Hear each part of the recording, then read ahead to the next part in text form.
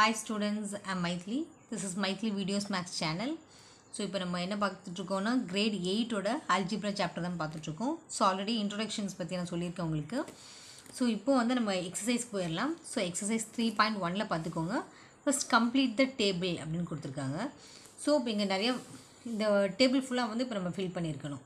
Okay, so இதில் பார்த்துட்டிங்கன்னா first இங்கே இந்த நமக்கு இந்த ரோ என்ன கொடுத்துருக்காங்க, காலம் என்ன கொடுத்துருக்காங்கன்றதை பார்த்துக்கோங்க. ஸோ இந்த ரெண்டுமே நம்ம மல்டிப்ளை பண்ணி எழுதுறது தான் இந்த சம்.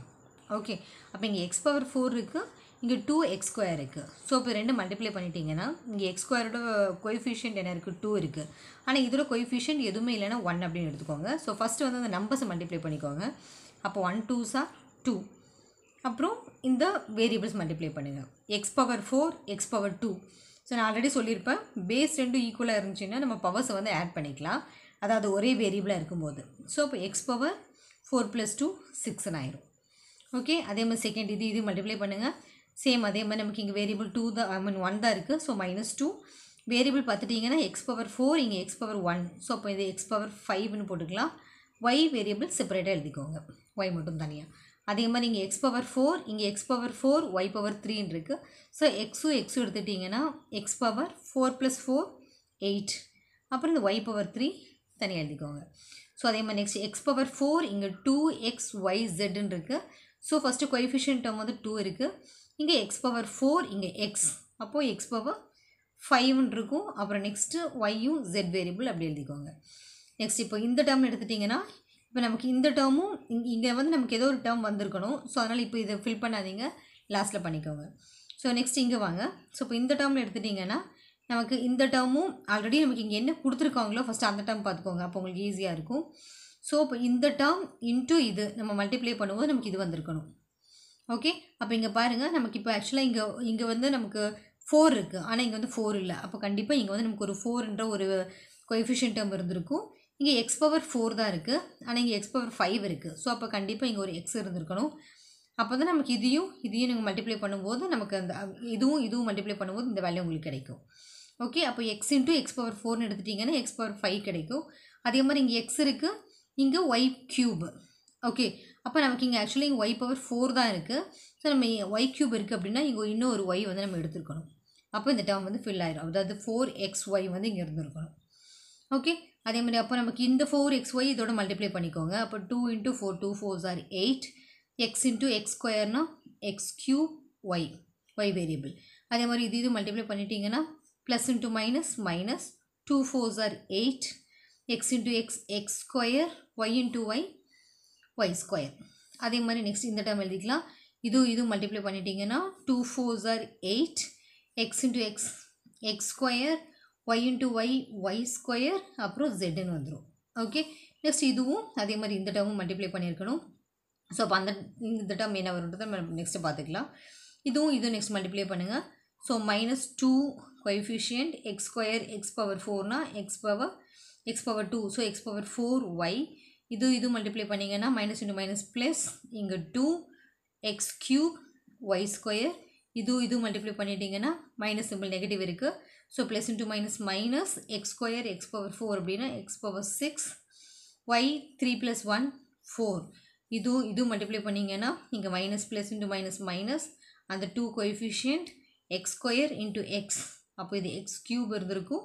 அதே மாதிரி y² அப்புறம் z இருக்கும். ஓகே, நெக்ஸ்ட் இந்த டைம் எடுத்துட்டிங்கன்னா 2 2s are 4. அப்புறம் இங்கே x² இங்கே y² z இருக்கும். ஓகே, நெக்ஸ்ட் இது மல்டிப்ளை பண்ணிட்டீங்கன்னா plus into minus minus 2 2s are 4. அப்புறம் x y³ z இது மல்டிப்ளை பண்ணுங்கள். ஸோ இங்கே 2y², அதாவது ஃபஸ்ட் எக்ஸ் எழுதிக்கோங்க. இங்கே எக்ஸ் பவர் 4 இருக்குது, ஒய் பவர் இங்கே 3 இங்கே 2. ஸோ ஒய் பவர் 5 அப்புறம் ஒரு z டேர்ம் இருக்குது. நெக்ஸ்ட் இதுவும் மல்டிப்ளை பண்ணிட்டீங்கன்னா 2 2s are 4. அப்புறம் இங்கே எக்ஸ் மட்டும் இருக்குது, ஒய்க்கு வந்து ஸ்கொயருக்கு இங்கே 1 இருக்குது. ஸோ ஒய் பவர் 3 zனா z². ஓகே, அப்போ இங்கே இப்போது இந்த டேர்ம் பாருங்கள், ஆக்சுவலாக நமக்கு இங்கே -10 இருக்குது. ஓகே, அப்போ இந்த 2ஓட எந்த நம்பர் மல்டிப்ளை பண்ணால் -10 வரும்னு பாருங்கள்.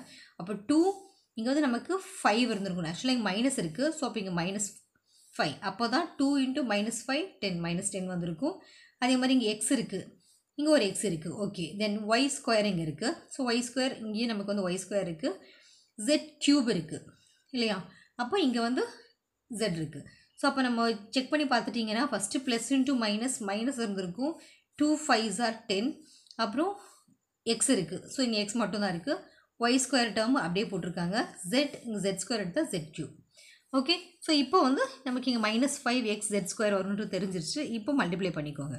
இங்கே plus into minus minus 5 coefficient X power 4. அப்போ இங்கே எக்ஸ் பவர் 5 இருந்திருக்கும். அதே மாதிரி z ஸ்கொயர். ஓகே, அதே மாதிரி இது மல்டிப்ளை பண்ணிட்டீங்கன்னா -5 4s are 20 x into x square y z square. Next இது மல்டிப்ளை பண்ணிட்டீங்கன்னா மைனஸ் இன்ட்டு மைனஸ் ப்ளஸ் ஆகிடும். அந்த 5 கோஎஃபிஷியன்ட் எக்ஸ் ஸ்கொயர் எக்ஸ், அப்போ இங்கே எக்ஸ் க்யூப் இருக்கும். அப்புறம் y z square. Okay, understand பண்ணியிருப்பீங்கன்னு நினைக்கிறேன். நெக்ஸ்ட் அதே மாதிரி இப்போ லாஸ்ட் இந்த டேர்முக்கு வாங்க. இது மல்டிப்ளை பண்ணிட்டீங்கன்னா first -2 3s are 6 x into x square. So it is X cube. அப்புறம் ஒரு ஒய் தான் இருக்குது, ஒரு ஜெட் தான் இருக்குது. நெக்ஸ்ட் இதோட மல்டிப்ளை பண்ணுங்கள். So minus into minus plus ஆயிரும். 2 3s are 6 x into x square, y into y square, அப்புறம் ஜெட் இருக்கும். நெக்ஸ்ட் இதுன்னா -3 எக்ஸ் இருக்குது, x power 4. So x power 5 y cube. So y power 4, அப்புறம் ஒரு ஜெட் இருந்திருக்கும். நெக்ஸ்ட் இது மல்டிப்ளை பண்ணிட்டீங்கன்னா plus into minus minus 2 3s are 6 அப்புறம் x square y square z square.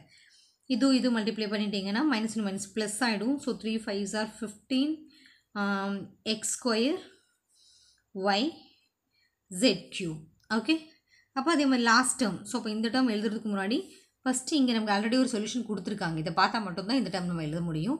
So அப்போ இதில் பாருங்கள் -14 இருக்குது இல்லையா? ஆனால் இங்கே 2 தான் இருக்குது. ஸோ அப்போ கண்டிப்பாக நமக்கு நெகட்டிவ் இருக்கிறதுனால இங்கே வந்து நமக்கு ஒரு நெகட்டிவ் சிம்பிள் வந்திருக்கணும். அப்புறம் இங்கே 14 இருக்குது. அப்போ 2 இன்ட்டு விச் நம்பர் 2 இன்ட்டு 7 வந்துருக்குமா? அப்போ தான் நமக்கு இது மல்டிப்ளை பண்ணுறோம். ஸோ 7 2s are 14 -14 வந்துருச்சு. நெக்ஸ்ட் எக்ஸ் இருக்குது, ஒய் இருக்குது, ஜெட் ஸ்கொயர் இருக்குது. ஆனால் இங்கே ஒரே ஒரு ஜெட் மட்டும் தான் இருக்குது. ஸோ ஒரே ஒரு ஜெட் மட்டும் இங்கே எடுத்திங்கன்னா போதும். ஓகே, ஸோ இப்போ இந்த டேர்மை இதோட மல்டிப்ளை பண்ணிக்கோங்க. Plus into minus -2 7s are 14 x square z. அதே மாதிரி இதில் மைனஸ் இன்ட்டு மைனஸ் ப்ளஸ் ஆகிடும். 2 7s are 14 x y z. இது தேர்ட் டேர்மோட மல்டிப்ளை பண்ணிட்டீங்கன்னா -7 x power 4 y cube z. Okay, இது ஆல்ரெடி நமக்கு இருக்குது. ஸோ இதையும் லாஸ்ட் டைம் மல்டிப்ளை பண்ணுங்கள். Minus into minus plus 7 5s are 35 அப்புறம் எக்ஸ் ஜெட் க்யூப். ஓகே, உங்களுக்கு புரிஞ்சிருக்குன்னு நினைக்கிறேன். ஸோ அப்போ இந்த டேபிள் வந்து நம்ம இப்படி தான் ஃபில் பண்ணியிருக்கணும்.